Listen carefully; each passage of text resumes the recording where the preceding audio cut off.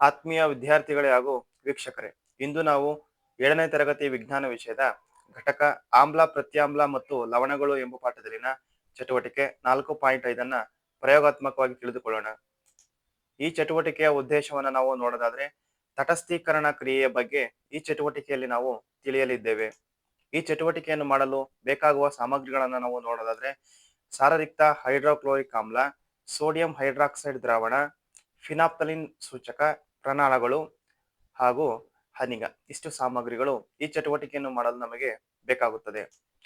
ಈ ಚಟುವಟಿಕೆಯನ್ನು ಮಾಡುವ ವಿಧಾನವನ್ನು ನಾವು ನೋಡೋದಾದ್ರೆ, ಒಂದು ಪ್ರಣಾಳದಲ್ಲಿ ಕಾಲು ಭಾಗದಷ್ಟು ಸಾರರಿಕ್ತ ಹೈಡ್ರೋಕ್ಲೋರಿಕ್ ಆಮ್ಲವನ್ನ ತೆಗೆದುಕೊಳ್ಳಬೇಕು. ತದನಂತರ ಅದರ ಬಣ್ಣವನ್ನು ನಾವು ಗುರುತಿಸಬೇಕು. ಮತ್ತೊಂದು ಪ್ರಣಾಳದಲ್ಲಿ ಫಿನಾಪ್ತಲಿನ್ ಸೂಚಕವನ್ನ ತೆಗೆದುಕೊಳ್ಳಬೇಕು. ಅದರ ಬಣ್ಣವನ್ನು ಕೂಡ ನಾವು ಗುರುತು ಮಾಡಿ ಇಟ್ಟುಕೊಳ್ಳಬೇಕು. ತದನಂತರ ಈ ಫಿನಾಪ್ತಲಿನ್ ಸೂಚಕವನ್ನ ಸಾರರಿಕ್ತ ಹೈಡ್ರೋಕ್ಲೋರಿಕ್ ಆಮ್ಲಕ್ಕೆ ನಾವು ಸೇರಿಸಬೇಕು. ಬಣ್ಣದಲ್ಲಿ ಏನಾದರೂ ಬದಲಾವಣೆ ಆಗಿದೆ ಎಂಬುದನ್ನು ನಾವು ಗಮನಿಸಬೇಕು. ತದನಂತರ ಒಂದು ಹನಿಗದ ಸಹಾಯದಿಂದ ಸೋಡಿಯಂ ಹೈಡ್ರಾಕ್ಸೈಡ್ ದ್ರಾವಣದ ಒಂದೊಂದೇ ಹನಿಯನ್ನು ನಾವು ಈ ಆಮ್ಲಕ್ಕೆ ಸೇರಿಸಬೇಕು. ನಿಧಾನವಾಗಿ ಕಲಕುತ್ತಿರಬೇಕು. ದ್ರಾವಣದ ಬಣ್ಣದಲ್ಲಿ ಏನಾದರೂ ಬದಲಾವಣೆ ಆಗಿದೆ ಎಂಬುದನ್ನು ನಾವು ಗಮನಿಸಬೇಕು. ಸೋಡಿಯಂ ಹೈಡ್ರಾಕ್ಸೈಡ್ ದ್ರಾವಣವನ್ನ ಹನಿ ಹನಿಯಾಗಿ ಸೇರಿಸುವುದನ್ನು ನಾವು ಮುಂದುವರಿಸಿದಾಗ ಗುಲಾಬಿ ಬಣ್ಣ ಕಾಣಿಸ್ತದೆ. ಈ ಗುಲಾಬಿ ಬಣ್ಣ ಶಾಶ್ವತವಾಗಿ ಕಾಣಿಸುವವರೆಗೂ ಕೂಡ ನಾವು ಈ ಸೋಡಿಯಂ ಹೈಡ್ರಾಕ್ಸೈಡ್ ದ್ರಾವಣವನ್ನು ನಾವು ಸೇರಿಸಬೇಕಾಗುತ್ತೆ ಹಾಗೂ ಕಲಕುವುದನ್ನ ಮುಂದುವರಿಸಬೇಕಾಗುತ್ತದೆ. ದ್ರಾವಣವು ಒಂದು ಹಂತದಲ್ಲಿ ಗುಲಾಬಿ ಬಣ್ಣಕ್ಕೆ ತಿರುಗಿ ತದನಂತರ ಸಾರರಿಕ್ತ ಹೈಡ್ರೋಕ್ಲೋರಿಕ್ ಆಮ್ಲವನ್ನು ನಾವು ಸೇರಿಸಿದಾಗ ಪುನಃ ಬಣ್ಣರಹಿತವಾಗುತ್ತದೆ.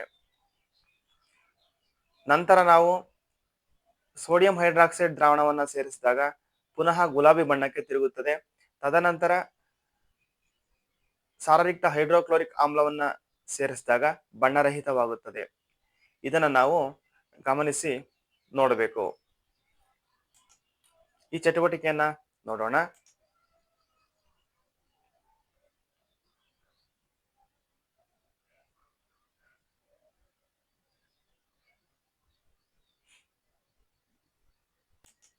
ಇಲ್ಲಿ ಸಾರಯುಕ್ತ ಹೈಡ್ರೋಕ್ಲೋರಿಕ್ ಆಮ್ಲವನ್ನ ತೆಗೆದುಕೊಂಡಿದ್ದೀವಿ ಪ್ರಣಾಳದಲ್ಲಿ. ಇದಕ್ಕೆ ನಾವು ಫಿನಾಪ್ತಲಿನ್ ಸೂಚಕವನ್ನ ಸೇರಿಸ್ತಾ ಇದ್ದೀವಿ. ಇಲ್ಲಿ ಸಾರಯುಕ್ತ ಹೈಡ್ರೋಕ್ಲೋರಿಕ್ ಆಮ್ಲದ ಬಣ್ಣವನ್ನು ನಾವು ನೋಡಿದಾಗ ಬಣ್ಣರಹಿತವಾಗಿದೆ. ಫಿನಾಪ್ತಲಿನ್ ಬಣ್ಣವನ್ನು ನೋಡಿದಾಗ ಅದರ ಬಣ್ಣವು ಕೂಡ ಬಣ್ಣರಹಿತವಾಗಿದೆ.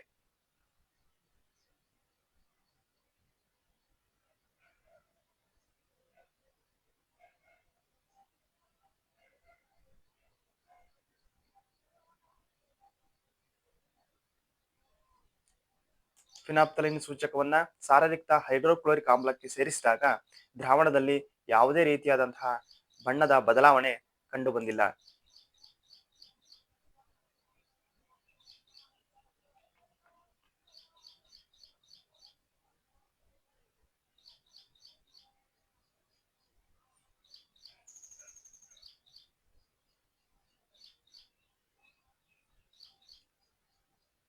ಈಗ ನಾವು ಈ ದ್ರಾವಣಕ್ಕೆ ಸೋಡಿಯಂ ಹೈಡ್ರಾಕ್ಸೈಡ್ ದ್ರಾವಣದ ಹನಿಗಳನ್ನು ನಾವು ಸೇರಿಸ್ತಾ ಇದ್ದೀವಿ.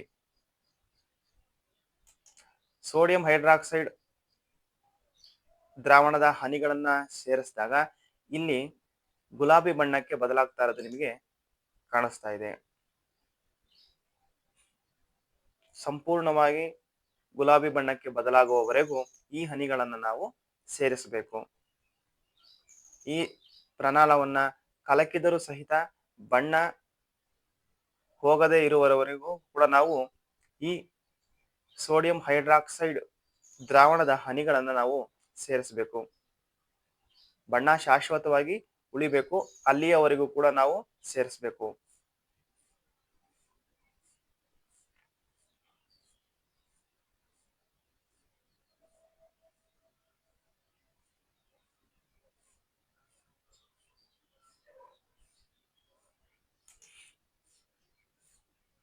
ಸಾರಯುಕ್ತ ಹೈಡ್ರೋಕ್ಲೋರಿಕ್ ಆಮ್ಲ ಆಮ್ಲವಾಗಿದೆ, ಸೋಡಿಯಂ ಹೈಡ್ರಾಕ್ಸೈಡ್ ಪ್ರತ್ಯಾಮ್ಲವಾಗಿದೆ. ಇವೆರಡನ್ನೂ ಕೂಡ ನಾವು ಸೇರಿಸ್ತಾ ಇದ್ದೀವಿ, ಅಂದ್ರೆ ಮಿಶ್ರಣ ಮಾಡ್ತಾ ಇದ್ದೀವಿ. ಇಲ್ಲಿ ಆಮ್ಲ ಮತ್ತು ಪ್ರತ್ಯಾಮ್ಲಗಳ ಸಮ್ಮಿಲನ ನಡೀತಾ ಇದೆ.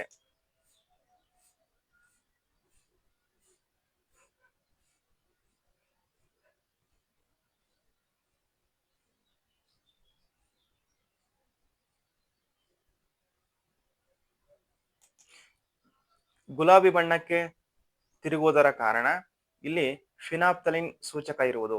ಫಿನಾಪ್ತಲಿನ್ ಸೂಚಕ ಪ್ರತ್ಯಾಮ್ಲವಿದ್ದಲ್ಲಿ ಅದು ಗುಲಾಬಿ ಬಣ್ಣಕ್ಕೆ ದ್ರಾವಣವನ್ನ ಬದಲಾಯಿಸುತ್ತದೆ. ಇಲ್ಲಿ ನಾವು ಮೊದಲೇ ಫಿನಾಪ್ತಲಿನ್ ಸೂಚಕವನ್ನ ಹಾಕಿದ್ರಿಂದ ಇಲ್ಲಿ ನಾವು ಸೋಡಿಯಂ ಹೈಡ್ರಾಕ್ಸೈಡ್ ದ್ರಾವಣವನ್ನ ಸೇರಿಸಿದಾಗ, ಅಂದ್ರೆ ಅದು ಪ್ರತ್ಯಾಮ್ಲವಾಗಿರುವುದರಿಂದ ಈ ದ್ರಾವಣವನ್ನ ಗುಲಾಬಿ ಬಣ್ಣಕ್ಕೆ ಬದಲಾಯಿಸುತ್ತೆ. ತದನಂತರ ಅದು ಬಣ್ಣ ಕಾಣಿಸದೇ ಆಗುತ್ತದೆ, ಕಾರಣ ಅಲ್ಲಿ ಆಮ್ಲವಿರುತ್ತದೆ. ಯಾವಾಗ ಈ ದ್ರಾವಣ ಸಂಪೂರ್ಣವಾಗಿ ಪ್ರತ್ಯಾಮ್ಲವಾಗುತ್ತದೆಯೋ ಆಗ ಶಾಶ್ವತವಾಗಿ ಗುಲಾಬಿ ಬಣ್ಣವನ್ನ ತೋರಿಸುತ್ತದೆ.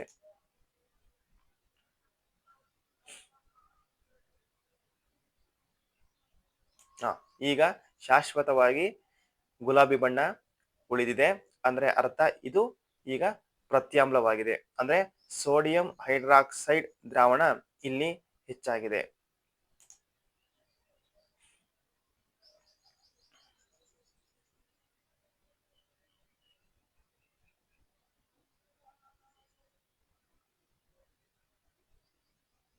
ಈಗ ನಾವು ಪುನಃ ಇದಕ್ಕೆ ಸಾರರಿಕ್ತ ಹೈಡ್ರೋಕ್ಲೋರಿಕ್ ಆಮ್ಲದ ಹನಿಗಳನ್ನು ನಾವು ಸೇರಿಸ್ತಾ ಇದ್ದೀವಿ.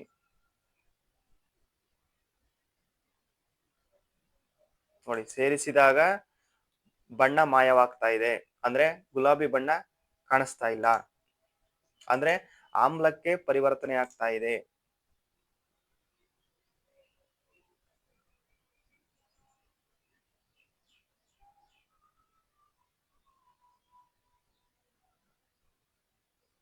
ನೋಡಿ, ಈಗ ಬಣ್ಣರಹಿತವಾಗಿದೆ, ಅಂದ್ರೆ ಇದು ಆಮ್ಲಕ್ಕೆ ಪರಿವರ್ತನೆ ಆಯಿತು, ಅಂದ್ರೆ ಪ್ರತ್ಯಾಮ್ಲದ ಗುಣಗಳನ್ನ ಇದು ಕಳೆದುಕೊಳ್ತು. ಇನ್ನೂ ಹೆಚ್ಚಾಗಿ ನಾವು ಸೇರಿಸಿದಾಗ ಇದು ಆಮ್ಲವೂ ಅಲ್ಲ ಪ್ರತ್ಯಾಮ್ಲವೂ ಅಲ್ಲ ಎಂಬುವ ಸ್ಥಿತಿಗೆ ಹೋಗುತ್ತದೆ. ಅದನ್ನ ನಾವು ತಟಸ್ಥೀಕರಣ ಅಂತ ಕರಿತೀವಿ, ತಟಸ್ಥ ಸ್ಥಿತಿ ಅಂತ ಕರಿತೀವಿ. ಅಂದ್ರೆ ಇದು ಆಮ್ಲವೂ ಅಲ್ಲ ಪ್ರತ್ಯಾಮ್ಲವೂ ಅಲ್ಲ, ತಟಸ್ಥವಾಗಿದೆ. ಇದಕ್ಕೆ ನಾವು ಇನ್ನೂ ಒಂದೆರಡು ಹನಿ ನಾವು ಈ ಸಾರರಿಕ್ತ ಹೈಡ್ರೋಕ್ಲೋರಿಕ್ ಆಮ್ಲವನ್ನ ಸೇರಿಸಿದಾಗ ಇದು ಆಮ್ಲವಾಗುತ್ತದೆ. ಅಥವಾ ನಾವು ಸೋಡಿಯಂ ಹೈಡ್ರಾಕ್ಸೈಡ್ ಹನಿಯನ್ನ, ಅಂದ್ರೆ ಪ್ರತ್ಯಾಮ್ಲದ ಹನಿಯನ್ನ ಸೇರಿಸಿದಾಗ ಅದು ಪ್ರತ್ಯಾಮ್ಲವಾಗುತ್ತದೆ. ಈ ಸ್ಥಿತಿ ಇದೆಯಲ್ಲ, ಇದು ತಟಸ್ಥ ಸ್ಥಿತಿ. ಈ ರೀತಿ ನಾವು ಆಮ್ಲ ಮತ್ತು ಪ್ರತ್ಯಾಮ್ಲಗಳನ್ನ ಸೇರಿಸುವುದರಿಂದ ತಟಸ್ಥೀಕರಣ ಕ್ರಿಯೆಯನ್ನ ನಡೆಸಬಹುದು. ಅಂದ್ರೆ ಈ ದ್ರಾವಣದಲ್ಲಿ ಆಮ್ಲದ ಗುಣಗಳು ಇಲ್ಲ, ಪ್ರತ್ಯಾಮ್ಲದ ಗುಣಗಳು ಇಲ್ಲ, ಎರಡೂ ಗುಣಗಳು ಕೂಡ ಇಲ್ಲಿ ಮಿಶ್ರಣವಾಗಿದೆ.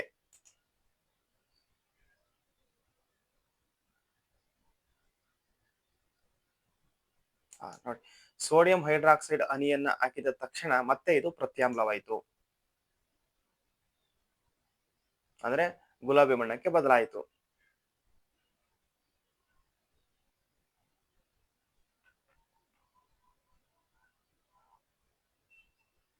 ಈಗ ನಾವು ಸಾರಯುಕ್ತ ಹೈಡ್ರೋಕ್ಲೋರಿಕ್ ಆಮ್ಲವನ್ನು ಹಾಕಿದಾಗ ಇದು ಗುಲಾಬಿ ಬಣ್ಣವಿದ್ದುದು ಮಾಯವಾಗುತ್ತದೆ, ಕಾರಣ ಇಲ್ಲಿ ಪ್ರತ್ಯಾಮ್ಲದ ಗುಣಗಳನ್ನ ಈ ದ್ರಾವಣ ಕಳೆದುಕೊಳ್ಳುತ್ತಾ ಹೋಗುತ್ತದೆ.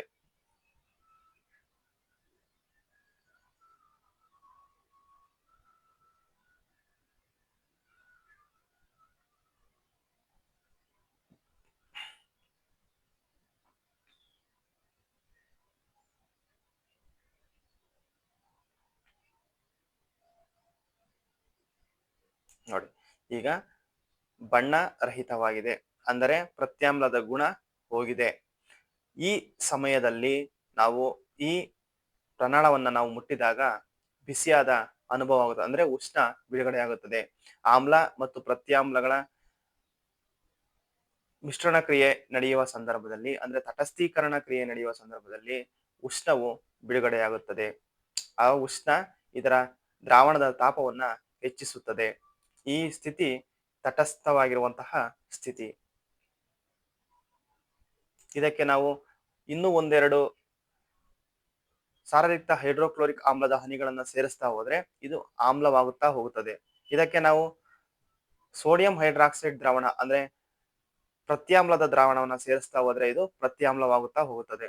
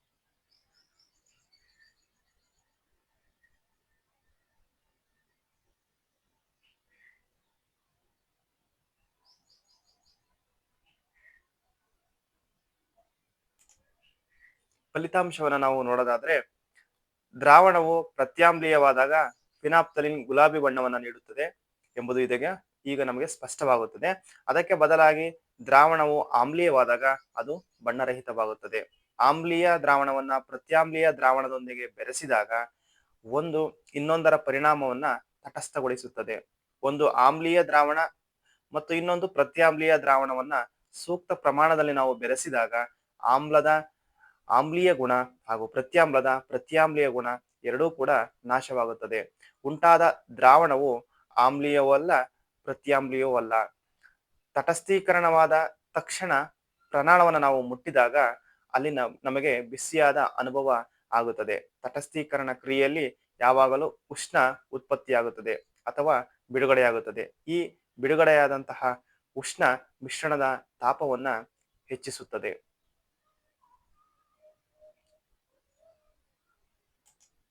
ಆತ್ಮೀಯರೇ, ಇದುವರೆಗೂ ಈ ಚಟುವಟಿಕೆಯ ಬಗ್ಗೆ ಮಾಹಿತಿಯನ್ನು ತಿಳಿಸಿಕೊಟ್ಟ ನಾನು ಮೋಹನ್ ಬಾಬು BS ವಿಜ್ಞಾನ ಶಿಕ್ಷಕರು, ಸರ್ಕಾರಿ ಹಿರಿಯ ಪ್ರಾಥಮಿಕ ಶಾಲೆ ನಾಗಬೇನಾಳ, ಮುದ್ದೇಬಿಹಾಳ ತಾಲೂಕು, ವಿಜಯಪುರ ಜಿಲ್ಲೆ. ಧನ್ಯವಾದಗಳು.